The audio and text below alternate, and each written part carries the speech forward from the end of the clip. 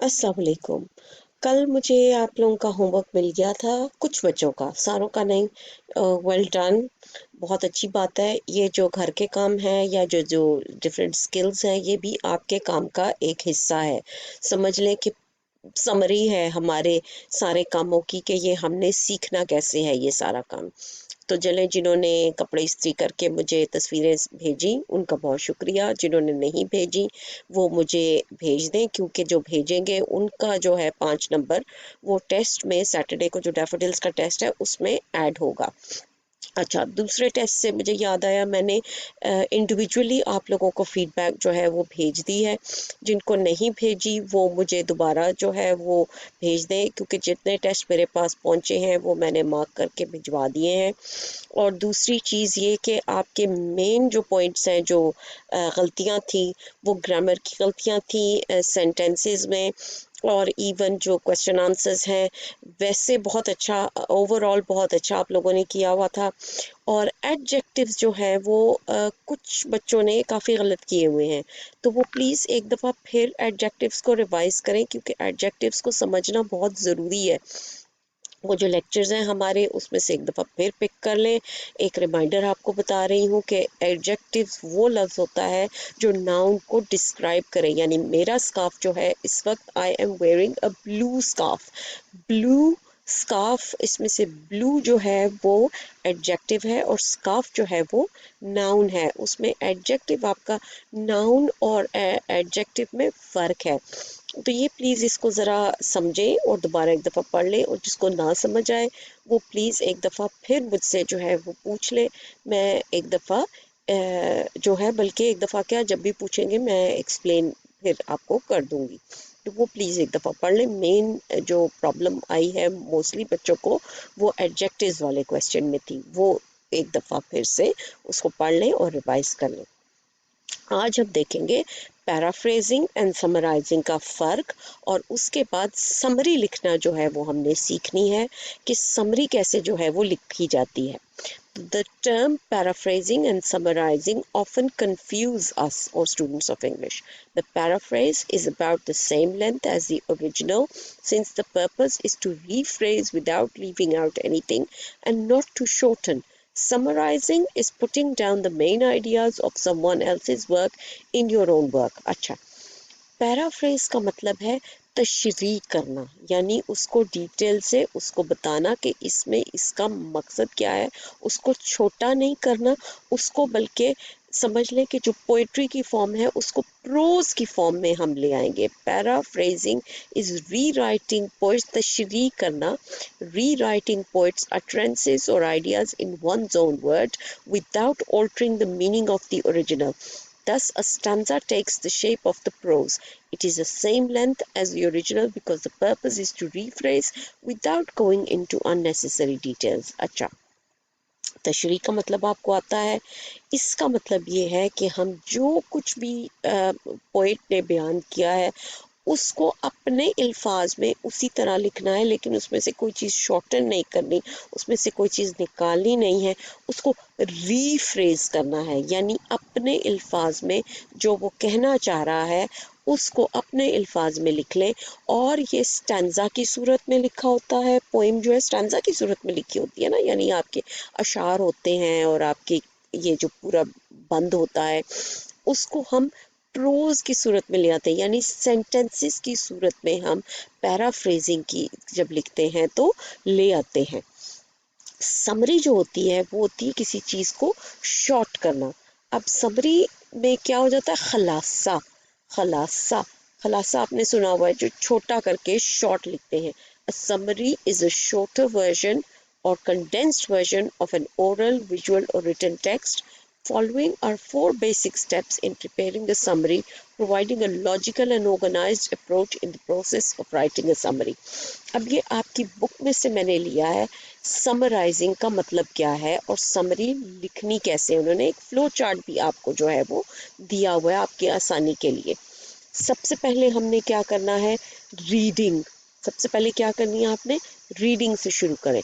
तो रीडिंग से कैसे शुरू करनी है कि you have to read it, A good summary depends to a large extent on good reading to understand the original text. अब हमने अपनी पोएम जो है वो पूरी पढ़ ली है, उसको एक दफ़ा आप फिर पढ़ लें, पढ़ेंगे, रीडिंग करेंगे, स्किमिंग करेंगे, यानी रीड की, उसको अंडरस्टैंड कर लिया। अब उसके साथ साथ आप देखते जाएंगे कि उसमें एक्चुअली समझे उसको और दिमाग में डालें कि लिखा क्या हुआ है यहाँ पे। फिर सेकंड क्या आपका स्टेप आता है, outlining. Outlining involves making notes that help you compose a summary, such as noting author's purpose, topics, sentences, supporting details and main ideas, scanning और outlining. अब मैं ये सजेस्ट करूँगी कि आप जो है उसमें क्या करें कि एक एक बंद को देख के उसमें से एक एक लाइन जो है एक बंद की बना लें, यानी वो होगी आपकी आउटलाइनिंग। आपने पहला बंद पकड़ा, उसमें से एक आउटलाइन, उसमें से एक लाइन बना ली उसकी, या उसका मेन आइडिया उर्दू में लिख लें, साथ साथ पोएम के साथ साथ लिख लें। तीसरा बंद देखा, इसमें तो 4 ही आपके स्टैंजास है ना, दूसरा स्टैंजा देखा उसमें लाइन लिख ली, तीसरा देखा उसमें लाइन लिख ली, चौथा देखा उसमें लाइन लिख ली। उसके बाद चेकिंग, चेकिंग की स्टेज आपकी क्या है, at this stage the accuracy of outline note is judged by comparing them with the original passage, necessary changes can be made at this stage. फिर आपने चेक करना है कि जो बंद है उसके साथ आपने जो लाइन लिखी है, क्या वो लाइन जो है वो सही लिखी है आपने, उसके बाद उसको चेक करें। फिर आ गया writing the first draft, writing the first draft. At this stage, a few necessary changes, if any, are made. A review of the summarized version is important to make the summary accurate, fluent, and error-free. फिर आपने उसको पहला आपने draft क्या लिख लिया कि आपने जो नोट्स बनाए हैं उसके मुताबिक सिर्फ, जैसे मैंने आपको बताया कि 4 स्टैंजाज हैं, मेनली आपके 5-6 से ज़्यादा आपके सेंटेंसेस नहीं बनने चाहिए और वो समरी बन जाएगी आपकी, यानी 6 से 7 लाइंस की समरी से ज़्यादा आपकी समरी पोएम की 4 स्टैंजा वाली समरी नहीं बननी चाहिए। रीचेकिंग इंश्योर प्रिसीजन कॉम्पैक्टनेस, फिर आपने उसको रीचेक किया, उसको देखा कि आपने क्या लिखा है, उसको पढ़ा, रीडिंग स्किमिंग अगेन उसको आपने पढ़ा और देखा क्या लिखा है, और फिर वो आपका फाइनल रिवीजन जो है वो आपकी बन जाएगी। तो समरी का मेन मकसद यही है कि आपने अपने पोएम को छोटा करके जो है वो लिखा है और उसके बाद उसको शॉर्टन करके जब आपने बनाया है तो वो कैसे लिखना है। अब मैंने आपके लिए एक आपकी पोएम के हिसाब से आउटलाइन जो है वो एक लिखी है, वो हम देख लेते हैं कि क्या करना है। अब आउटलाइन कैसे लिखी है कि सबसे पहला जो स्टैंजा है वो देखा है और 1 लाइन, अच्छा पहले आपने क्या शुरू करनी है, नंबर 1 लाइन आपकी यहाँ हो गई, नंबर 1 लाइन आपकी 1 लाइन क्या बन गई, टू डिस्क्राइब द पोएम। पहला आपका जो आ गया क्या होगा, वो डिस्क्राइब करेगा पोएम को।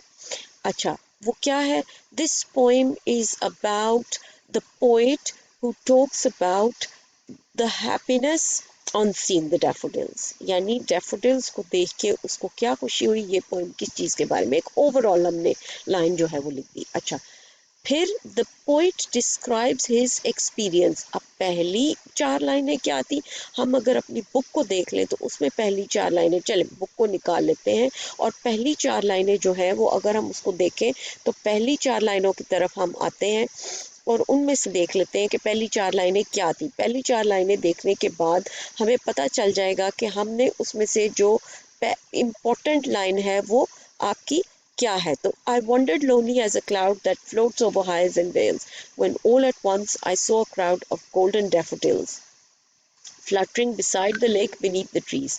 ये हो गई आपकी। अब आपने पहली लाइन आपकी क्या थी, the poet describes his experience of wandering lonely as a cloud, ठीक हो गया।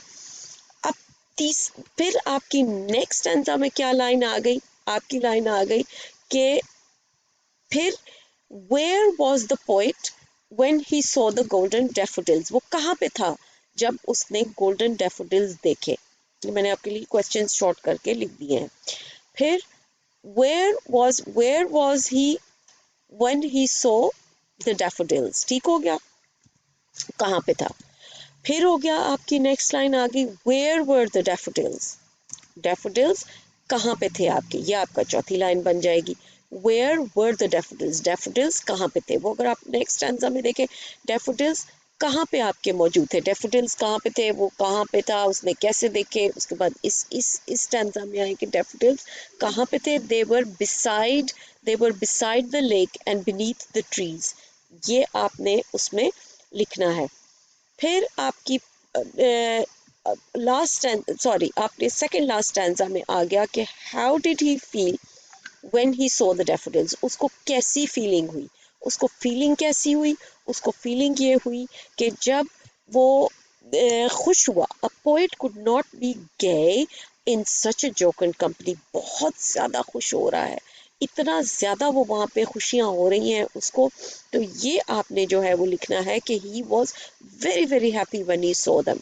अच्छा, उसके बाद what does he think of when he is sad and lonely, sad and lonely जब वो हुआ तो क्या उसने फील किया, सैड एंड लोनली जब वो हुआ तो वो क्या फील करता है, वो ये वाली लाइन देखें, when he is lonely, solitude में होता है, his heart is filled with pleasure and his heart dances with the daffodils। लेकिन आपने आसान जुबान में easy language में ये लिखना है कि when he is sad and lonely, he thinks of the daffodils and he feels very happy।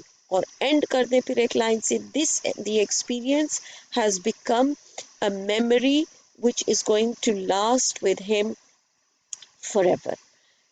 ये जिस्ट मैंने आपको एक आउटलाइन आपको दे दी है कि ये आउटलाइन यूज करते हुए अब आप समरी जो है वो इसको लिखने की कोशिश करें, और कोशिश ये किया करें कि गलत हो सही हो लिखें जरूर, बेशक पूरी पूरी गलत लिखें, लेकिन प्लीज इसको कोशिश करके इसको लिखना है।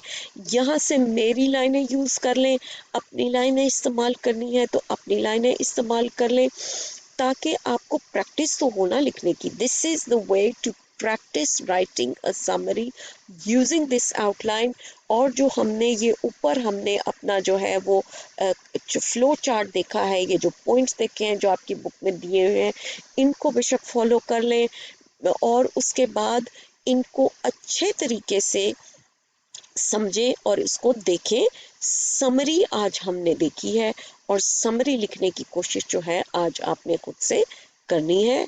और अगर नहीं समझ आए तो प्लीज मुझसे पूछ लीजिएगा।